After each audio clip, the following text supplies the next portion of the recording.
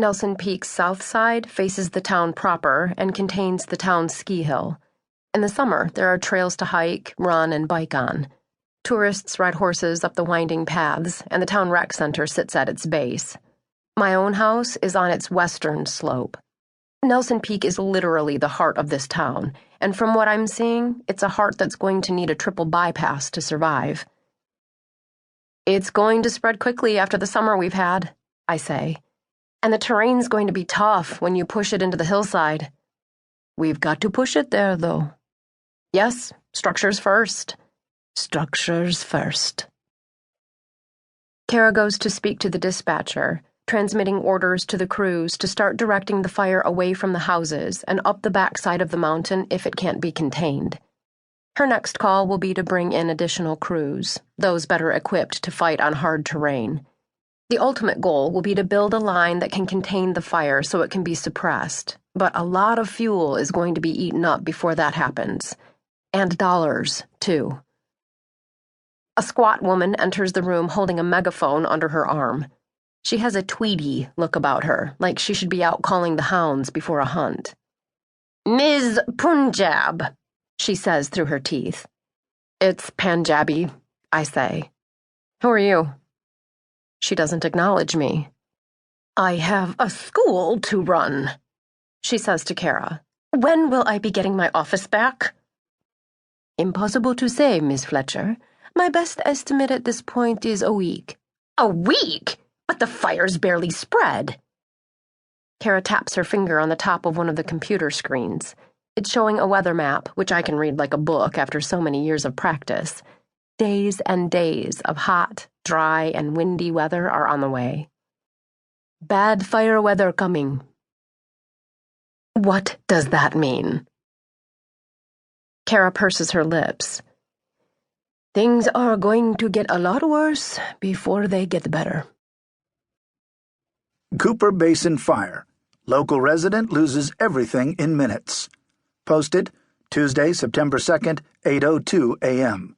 by Joshua Wicks, Nelson Daily.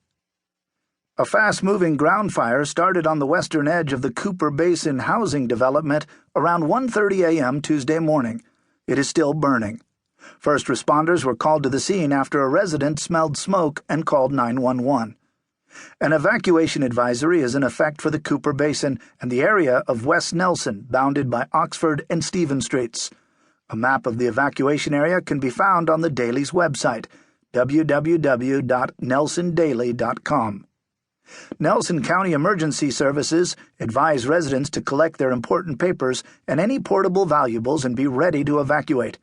While the fire is spreading rapidly, the town of Nelson proper and residents who live outside the evacuation area have nothing to worry about, said Sheriff Dwayne Thompson.